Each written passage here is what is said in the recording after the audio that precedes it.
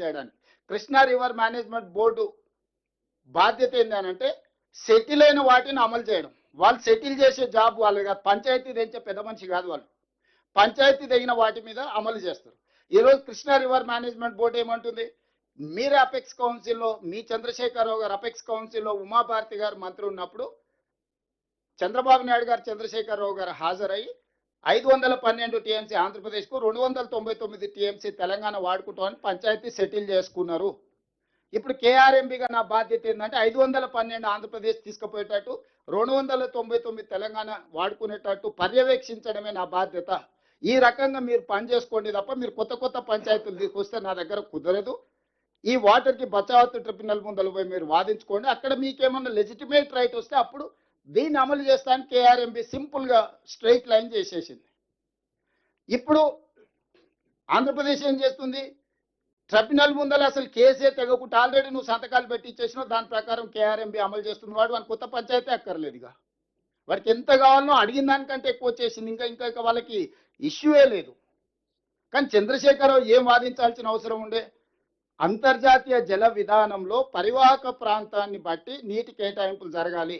పరివాహక ప్రాంతం తెలంగాణకి 71% ఉంది, ఆంధ్రప్రదేశ్కి 29% ఉంది. కాబట్టి 555 టీఎంసీలు మాకు ఇవ్వాలి, మిగిలినవి ఆంధ్రప్రదేశ్కి ఇవ్వాలని ఫస్ట్ తెలంగాణ రాష్ట్రం వచ్చిన తర్వాత అపెక్స్ కౌన్సిల్ మీటింగ్లో చంద్రశేఖరరావు ఈ వాదన వినిపించాల్సింది. రెండో పాయింట్ ఏంది, బేసిన్ లోపలనే నీళ్లు వాడాలి, బేసిన్ బయటకు తరలించడానికి వీల్లేదు. ఇది రెండో విధానం. సో ఈరోజు ఆంధ్రప్రదేశ్ కృష్ణా బేసిన్లో వాడట్లేదు కృష్ణా నది జలాలను, పెన్నా బేసిన్కి తీసుకెళ్తున్నారు. ఈ రోజు పోతిరెడ్డిపాడు ద్వారా వీటన్నిటిని తీసుకెళ్లి పెన్నా బేసిన్కు తరలిస్తారు. కాబట్టి మేము ఎట్టి పరిస్థితుల్లో బేసిన్ బయటకు తీసుకెళ్లడానికి మేము ఒప్పుకోము. కృష్ణా బేసిన్ అవసరాలు తీరిన తర్వాతనే అంతర్జాతీయ జల విధానం ఉన్నది. కాబట్టి కృష్ణా బేసిన్ అవసరాలు తీరితేనే పెన్నా బేసిన్కి తీసుకెళ్లాలి. కాబట్టి ఆంధ్రప్రదేశ్ ఏదైతే పెన్నా బేసిన్కు తరలించకపోతుందో ఆ పెన్నా బేసిన్ తరలింపును పూర్తిగా తక్షణమే ఆపండి అని ఫస్ట్ అపెక్స్ కౌన్సిల్లో ఉమాభారతి దగ్గర జరిగిన మీటింగ్లో చంద్రశేఖరరావు గారు వాదించాల్సిన అవసరం ఉండే, అది వాదించలేదు. ఇంతకుముందు ఉత్తమ్ కుమార్ రెడ్డి గారు 4 ప్రాతిపదికలు ఈరోజు మనం వాదన ఏదైతే వినిపిస్తున్నాం వివరాలు మీకు చెప్పాడు. ఏ ఒక్క అంశం కూడా ఆ రోజు చేయలే. పోనీ ఫస్ట్ ఇయర్ మిస్ అయింది, తర్వాత అపెక్స్ కౌన్సిల్ మీటింగ్లో కూడా దాని మీద తిరిగి వాదన వినిపించలేదు.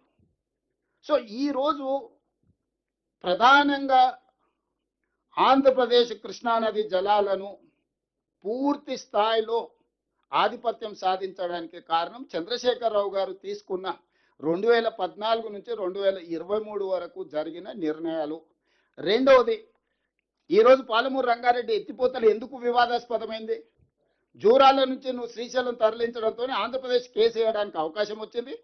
నువ్వు ఆ ప్రాజెక్టును 2022 వరకు డిపిఆర్ఏ తయారు చేయలే.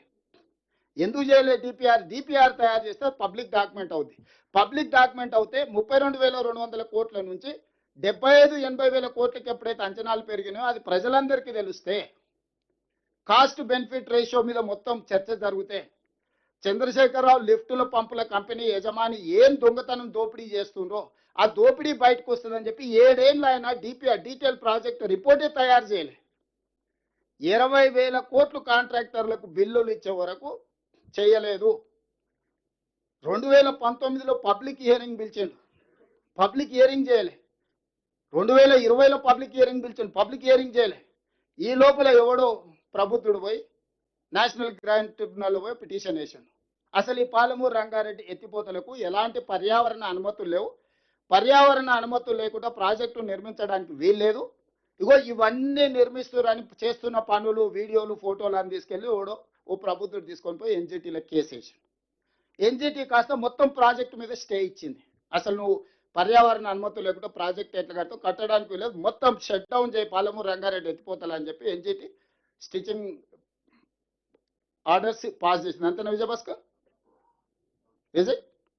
సో అట్లయిన తర్వాత చంద్రశేఖరరావు ఏం చేసిండు, పంపులు లిఫ్టులకు బిల్లులు ఇవ్వాలి కదా, ఇమ్మీడియట్గా సుప్రీంకోర్టుకు పోయాడు. సుప్రీంకోర్టులో ఏం చెప్పిండు, ఇది మొత్తం సాగునీటి పారుదల ప్రాజెక్టు కాదు, డ్రింకింగ్ వాటర్ ప్రాజెక్టు, మేము 7.15 టీఎంసీలు తాగునీళ్ళ కోసమే ఈ ప్రాజెక్టును కట్టుకుంటున్నాము అని అఫిడవిట్ వేసి సుప్రీంకోర్టులో అండర్టేకింగ్ తీసుకొని సుప్రీంకోర్టు ఏమి ఇచ్చిందంటే ప్రపంచ జల విధానంలో తాగునీళ్లకు మొదటి ప్రాధాన్యత, సాగునీరుకు రెండవ ప్రాధాన్యత, విద్యుత్ ఉత్పత్తికి మూడవ ప్రాధాన్యత, ఇండస్ట్రియలైజేషన్కు నాలుగవ ప్రాధాన్యత, పరిశ్రమలకు వాడుకోవడానికి. తాగునీళ్ళ సమస్య వచ్చినప్పుడు ఏ నిబంధన లేదు, మీరు తాగునీళ్ళ కోసం ప్రాజెక్టు కట్టుకోవచ్చు అని 2023లో ఒక ఆర్డర్ ఇచ్చింది. ఈరోజు మాట్లాడుతున్న హరీష్ రావు చంద్రశేఖరరావు గారు 27,000 కోట్ల రూపాయలు ఖర్చు పెట్టిన పాలమూరు రంగారెడ్డి ఎత్తిపోతల ప్రాజెక్టును సుప్రీంకోర్టు ముందర ఇచ్చిన అఫిడవిట్ అఫీషియల్ రికార్డ్. ఇది మనం ఏం చెప్పట్లేదు, రేపు అసెంబ్లీలో ఆ రికార్డ్ అంతా తీసి చూపిస్తా. ఏమన్నాడంటే అసలు ఇది సాగునీటి ప్రాజెక్టే కాదు, ఇది తాగునీటి ప్రాజెక్టు, మాకు తాగునీళ్ళకు సమస్య ఉన్నది, తాగునీటి సమస్యను తీర్చుకోవడానికి పాలమూరు రంగారెడ్డి ఎత్తిపోతలు కడుతున్నాము, దానికి 7.15 టీఎంసీ నీళ్లు సరిపోతాయి, దీనికి అనుమతి ఇవ్వమని తెలంగాణ రాష్ట్ర ప్రభుత్వం ప్రబుద్ధుడు చంద్రశేఖరరావు గారు హరీష్ రావు గారు పోయి సుప్రీంకోర్టులో కేసు అయితే సుప్రీంకోర్టు జడ్జిమెంట్ డైరెక్షన్ ఇచ్చింది. మీరు 7.15 టీఎంసీ ఫర్ డ్రింకింగ్ వాటర్ పనులు చేసుకోండి, మీరు వ్యవసాయానికి అసలు ఇక్కడ మట్టి తీసి ఇక్కడ పోయడానికే వీలేదని 2023లో మనకు ఆర్డర్ ఇచ్చిండ్రు. దాంతో పాలమూరు రంగారెడ్డిలో 27,000 కోట్ల రూపాయలు ఖర్చు పెట్టిన తర్వాత ఎక్కడిదక్కడ స్టాండ్ స్టిల్ అయింది. ఈ తాగునీటి కోసం ఎందుకు అనుమతి తెచ్చిండు ఆయన? ఇందులో ఒక లాజిక్ ఉంది.